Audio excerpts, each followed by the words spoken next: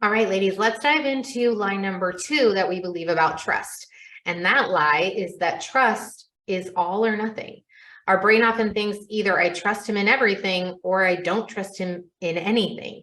And since I don't trust him in this area, then I must not trust him at all. And that's not true. The problem with this type of thinking is that then it creates anxiety in other areas of our relationship, and we get exhausted because we carry the distrust from one area into other areas of our relationship. Does this make sense? Now, what I want to offer instead is that you recognize that trust doesn't have to be all or nothing.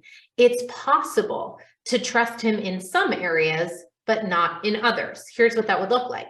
Maybe you trust him with your kids or with your finances or with his driving, okay? But maybe you don't trust him alone with his computer. Maybe you don't trust his thoughts when an attractive woman walks by. And that's totally fine.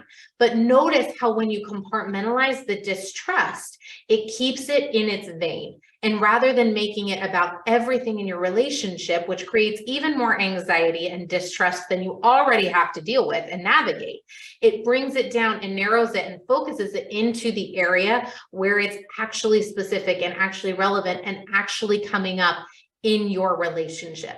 Does this make sense? So when your brain thinks that trust is all or nothing, it can be very overwhelming and very intimidating to even start to work on, which just keeps us stuck. Then we start seeing issues and we carry that distrust into other facets of our relationship, and it produces even more problems that are even harder to navigate. And that just keeps us stuck longer.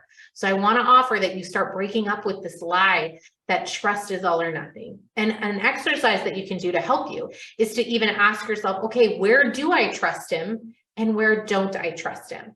And just write it down on a piece of paper. All the ways that I trust him, all the areas that I trust him, and then be super specific. When don't I trust him? Do I not trust him when he initiates intimacy? Do I not trust him when he's looking at his phone and I walk in and he turns it off? Get very, very specific. When do I feel distrust? But what things do I trust him with? And that'll be a super fascinating exercise for your brain to start seeing the difference and recognize that it's possible to have both in your relationship. And that's when you can start moving forward, because you can recognize, hey, I do trust him in all of these areas. So I don't need to carry my distrust from over here over to here. I can leave these and then I can just focus on this. And that's when you'll be able to start moving forward.